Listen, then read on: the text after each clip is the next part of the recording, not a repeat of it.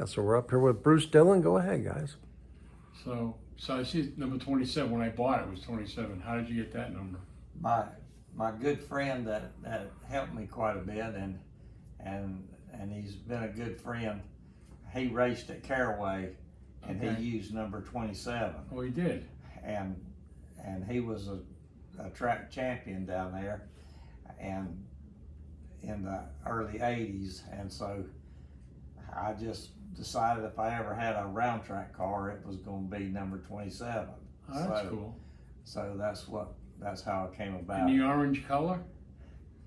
The orange color, Everybody asked me that question. Yeah, the car was already, as you've seen the early Right. pictures, it already had some orange on it, and I just thought an orange race car would be pretty. It would show up and stand out. So that's why I continued with the orange thing. So Mike Sykes had it. You bought it from Mike. How did he? There's rumors out in the field in his backyard. It was in the field behind his house, in that thicket. Okay. And briars had grown up all in it and around it, and it was in very sad shape.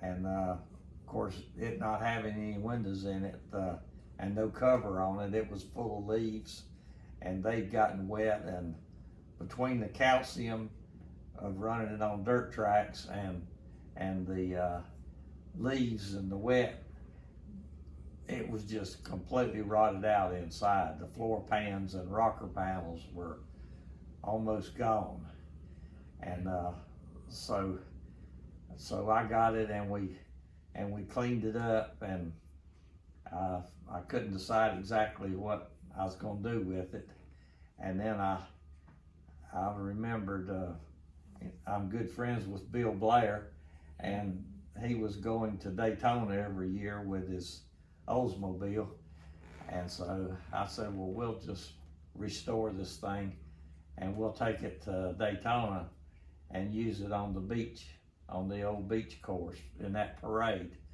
And so that was my goal with it. Okay. And we went at it tooth and nail to try to get it going, and it had a Ford or Studebaker truck rear end in it. Oh, it did. With 8 lug wheels. Okay. And which I've still got. I saw the pictures of those, and I was looking at the rims and Yeah. those. And it had homemade wheels on it that probably weighed 50 pounds apiece. They were so heavy you couldn't hardly pick them up.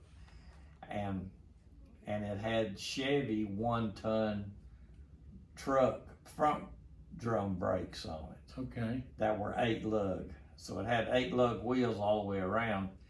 And I just thought that it should have a quick change rear end in it, Yeah. and wide 5 wheels on it to make it look better. Okay. So I was able to find a quick change rear end, and another one of my friends that used to be a Bowman Gray racer, he had that set of hubs for the wide 5, and so he let me have those, and we switched all that around.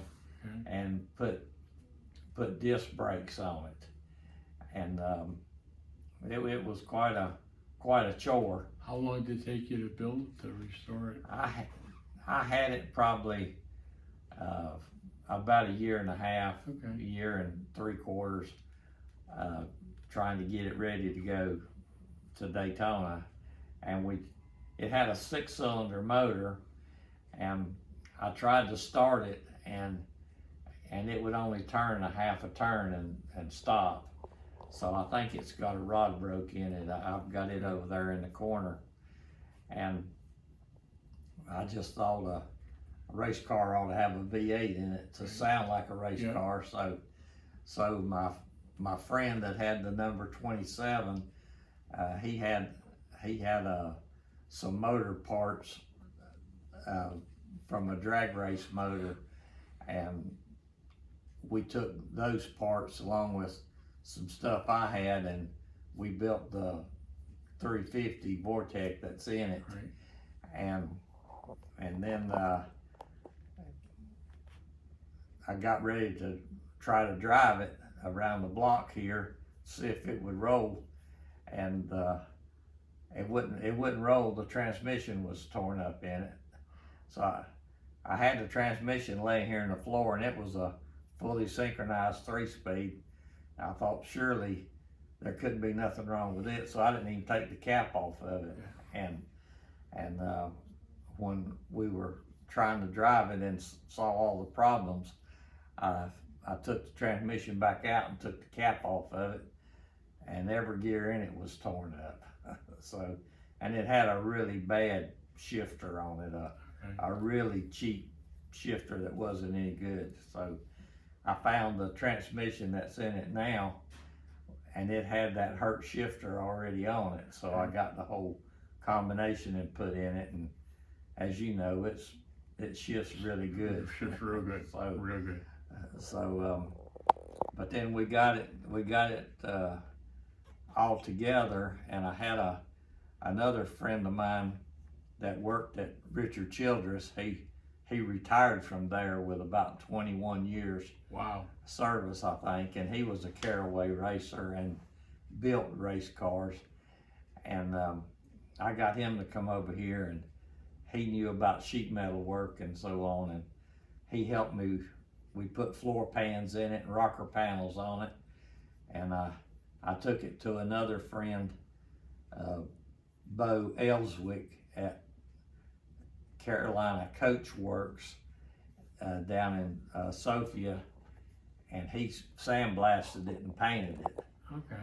And because it was just full of Bondo and the paint peeling off of it and all, so he did all the body work on it and put the orange paint on it and got it smoothed up pretty good. So, and then my daughter, my middle daughter, she likes cars.